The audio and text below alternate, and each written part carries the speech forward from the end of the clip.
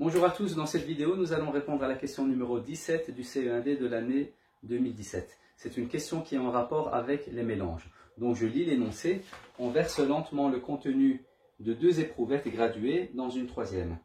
Alors on nous demande dans un premier temps de représenter le mélange obtenu dans la 3e éprouvette graduée avec une légende. Et ensuite on nous demande de nommer le type de mélange obtenu. Très bien, donc ici pour répondre à cette question, il suffit d'analyser notre document. Alors on voit ici dans la première éprouvette qu'on a 10 ml d'eau.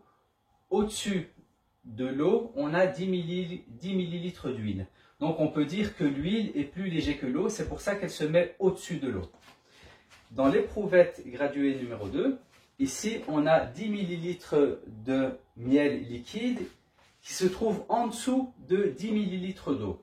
Donc ici, on peut dire que le miel liquide est plus lourd que l'eau, c'est pour ça qu'il se met en dessous.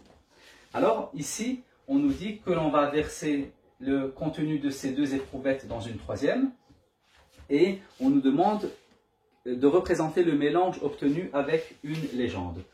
Donc ici, quand on va mélanger ici les 2 contenus, il suffit de voir en fait qu'est-ce qui est le plus lourd et qu'est-ce qui est le plus léger. Donc ici, le plus lourd, c'est bien entendu le miel liquide puisqu'il se trouve en dessous de l'eau. Donc on va commencer ici par mettre le miel liquide. Donc ici je garde la même légende. Donc voilà, ici, donc c'est 10 ml de miel liquide.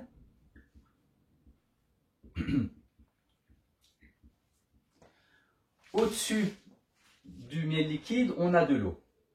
Mais puisqu'on va mélanger ici les 2 éprouvettes, on aura 10 ml d'eau auxquelles vont s'ajouter encore 10 ml d'eau. Donc du coup, ici, on aura 20 ml d'eau. Donc on aura les 10 qui se trouvent ici et aussi les 10 qui se trouvent ici.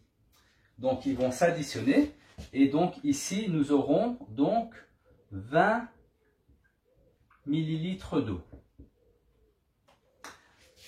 Et ensuite, au-dessus de l'eau, ce qui est plus léger que l'eau, c'est l'huile. Et on voit ici qu'on a 10 ml. Et donc ici, va se superposer sur l'eau, l'huile. Et la quantité d'huile qui se superposera sera de 10 ml. Donc ici, on note 10 ml d'huile.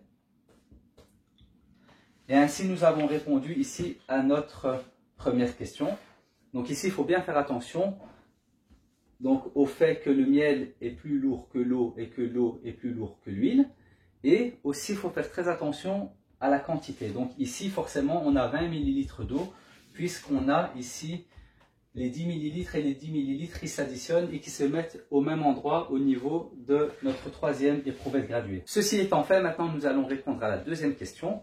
Nomme le type de mélange obtenu. Et bien entendu, ici, c'est un mélange hétérogène.